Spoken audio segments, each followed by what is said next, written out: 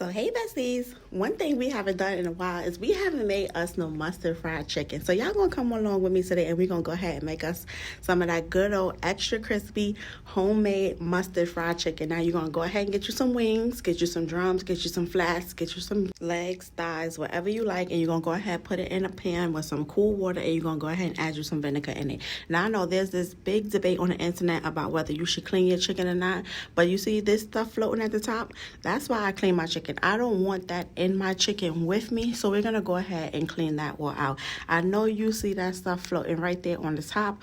All of that is what we don't want, so we're gonna go ahead, hit it with some vinegar, some cool water, and we're gonna repeat this process until the water runs clear. Once the water runs clear, you're gonna go ahead and start seasoning your chicken. Now if you don't want to clean your chicken, you're absolutely fine to skip this step. Do it how you like it. It's your home, it's your rules, but just remember, after that we're always gonna go ahead and clean our area. We're gonna clean our sink, we're gonna clean our pan. I already switched the chicken to another pan because we're not going to put that same pan on the counter that we just used to clean the chicken. So this is just how I like to do it.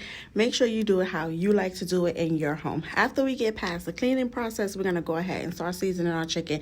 And you can't have mustard fried chicken if you don't put no mustard on it. So of course we're going to go ahead and put some mustard on it. And mustard is just a binder. When you cook your chicken, you're not actually going to taste it, but it does help make the chicken crispy.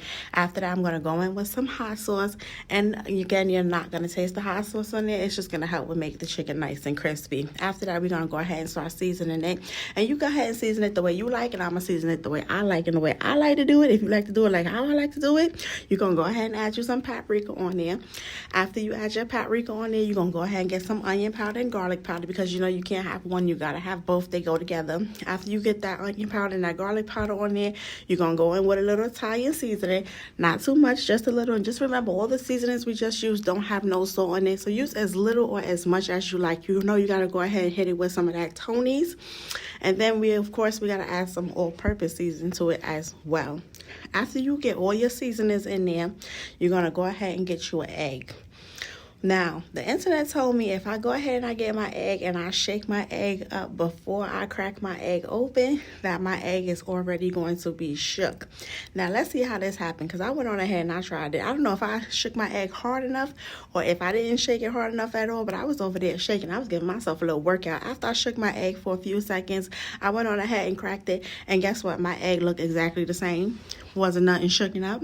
I don't know. I'm going to try it again and see. Maybe I need to shake it a little longer. Y'all comment down below and let me know. And then we're going to go ahead and hit it with a little bit of cornstarch. Now that we got all our ingredients in our chicken, you're going to go ahead and give it a good mix. And the cornstarch is not going to do nothing but help make it crispy. Also, when you do your dry batter, which is what you're going to coat your chicken in, you're going to add you some cornstarch in there. You can add you some flour, and you can go ahead and add those same seasonings in there. I felt like my chicken was seasoned real good because we're not able to taste it, so we're just going by smell, and it was good enough that I didn't need to season my flour. If you like to, you can, and this is your point where you're going to evaluate your chicken. If you feel like your chicken needs anything else, do not be afraid to add it.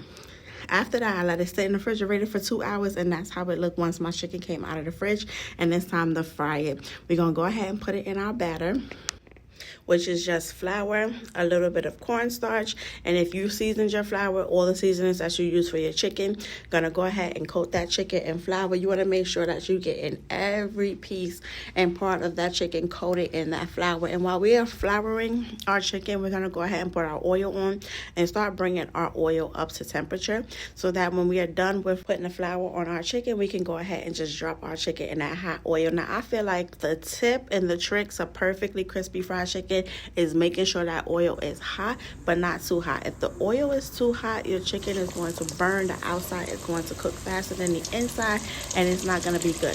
If the chicken is in the oil and the temperature is too low, your chicken is just going to sit there and just absorb grease, and it's not actually going to cook, and it's not going to get crispy.